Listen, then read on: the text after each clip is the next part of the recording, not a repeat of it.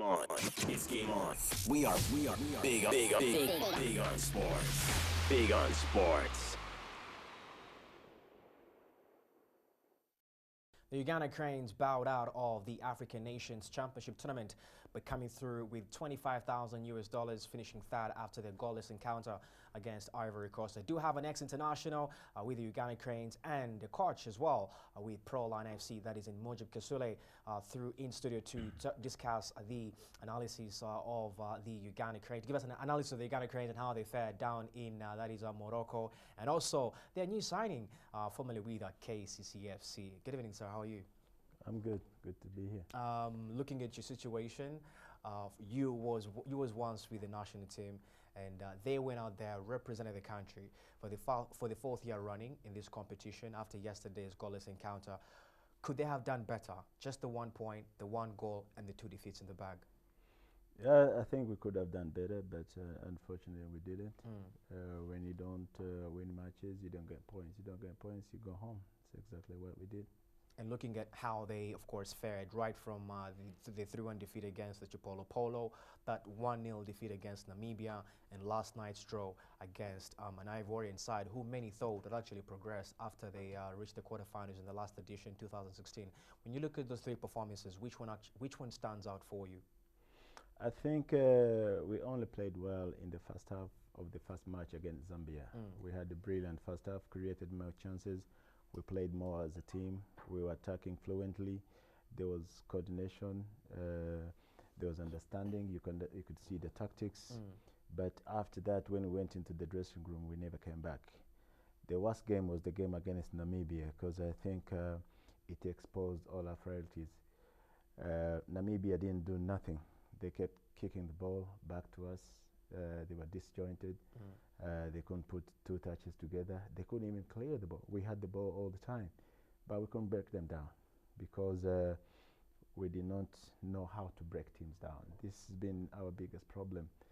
And much as we had the ball, we couldn't hurt the opponent. We couldn't play. We couldn't put touches together. We didn't play any kind of strategy that we thought would help us win matches. So at the end of the day, you reap what you sow, and that's exactly what happened to us.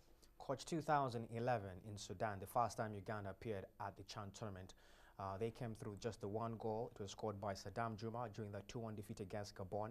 2014, that tally was improved by 3 goals. 2016, it was still 3 goals. This year, just the 1 goal from Derek Nsibambi. What does this say? What kind of story does this paint around our centre forwards? No, it's, I think, a general problem. We are going backwards in terms of the development of the game in the country. That's exactly what it shows, that we take 1 step forward and then 3 backwards. In 2013, we managed 4 points because we beat Burkina Faso, and then we drew with Zimbabwe before. And then we bowed out against Morocco, but we played brilliantly. And then, of course, looking at it now, we have players who were there in 2013. Most of these teams are new, you know. We were in a good group, but it shows that we are not learning, because we've been qualifying consistently for this tournament 4 times, but we are not learning. At the end of every one of them, we don't do a technical analysis to improve where we were weak, to strengthen where we were strong, and we don't have an agenda. So it is always going there. And for me, what hurts me most is that the story about this tournament was about how much money Uganda was going to make. You see, even in your introduction, you've talked about how much money Uganda got. Yeah. You know, it should never be about money. But in the papers, everywhere, for Uganda to qualify, everybody's talking about money. So we are forgetting the real thing and concentrating on the wrong thing. And in football, if you do that, you get it wrong. This is exactly what is happening. Before the tournament, we are going to get this X amount of money. If we win this match, we are going to get X amount of money. So our focus is in the wrong place. And in football, if your focus is in the wrong place, you can't get the right results. Speaking about the right results, when you look at these 23 players that did come through after they were summoned by the Frenchman who is new to his job, from those particular players, from what they achieved or what they didn't achieve in Chan this year, can we say there was lack of motivation behind it? Can we also say that they are just not good enough to actually compete at this level? I think at the end of the day, if you get out with 1 point, 1 goal in a tournament, it means you're not good enough. We might accept. If you don't accept your problems, you can never solve them. Uganda, we need to accept where we have problems and find a solution to those problems. But every tournament, there is no review from the technical team. There is no new agenda. There's no plan, long-term plan. It looks we concentrate too much and put a lot of effort in qualifying in a particular tournament, and then we don't have the structures, we don't have the development plan, we don't put the right players in the right selection, and these things come back to catch up with us.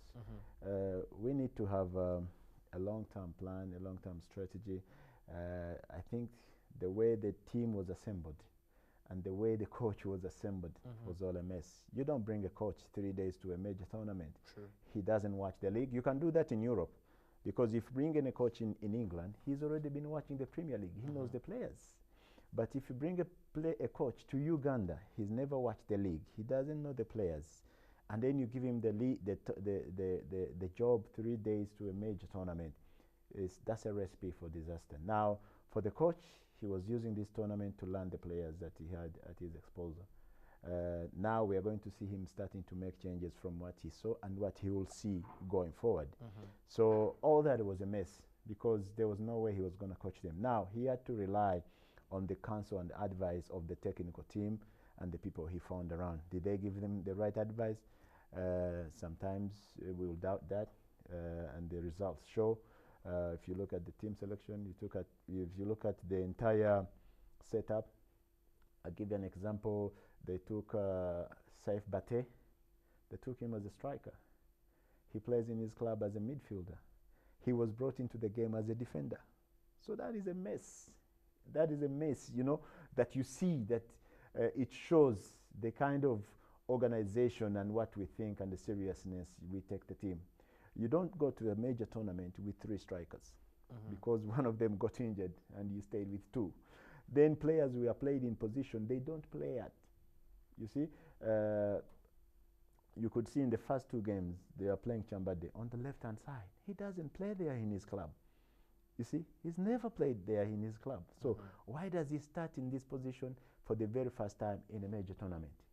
You see, those are technical principled issues that must be addressed, or don't need anybody to tell you if you're a technical person. So I think there were mistakes, but the positive is the coach is willing to play attacking football, and that is a philosophy for long we've thought that we can do.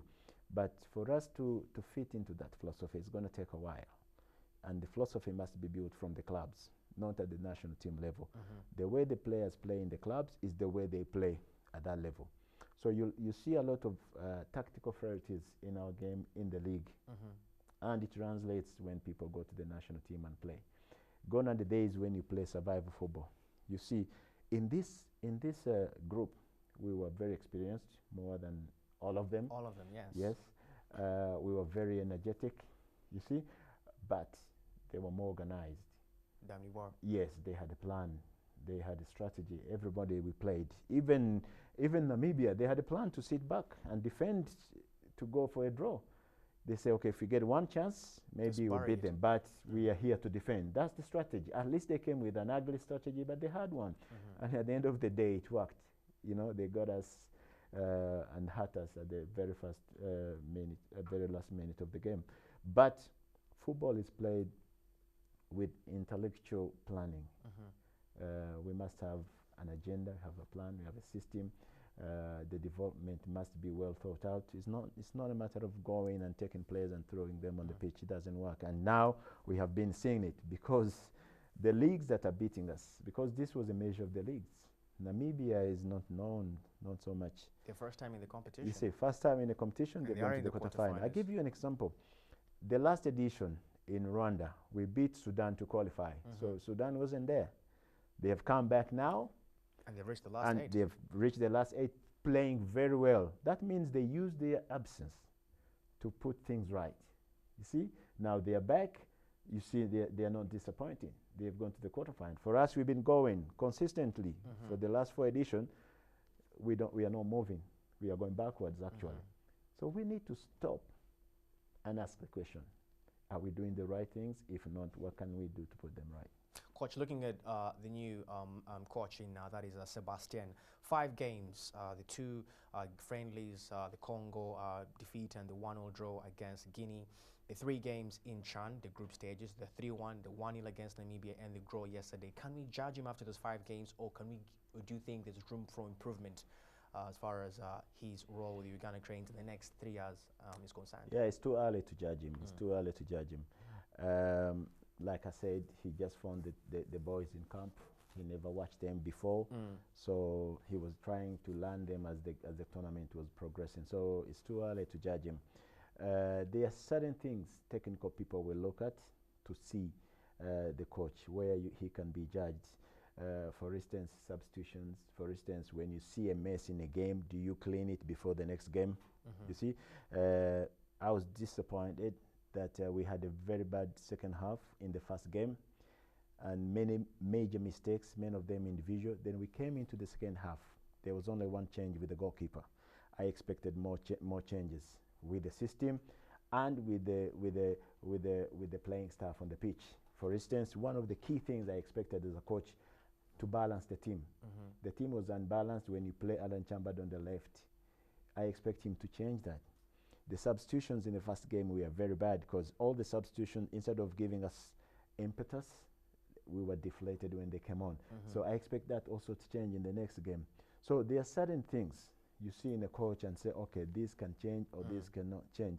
Even in the last game, I think he started now to go back on his own philosophy. When you play 2 left backs in the same game, that is a signal that you have gone defensive. You see, he should have, if you wanted to play Madoy, put Muleme out, play 3-man attack. If you want that, let Nelson Senkatuka start, you know, with Derek and Kalisa. I think that would have been more lethal than what he had there. So it was all a mix-up.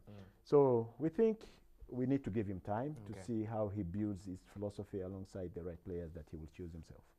What next for the Uganda Cranes after their campaign in Morocco during the Nations Championship tournament? All that coming up after this small break.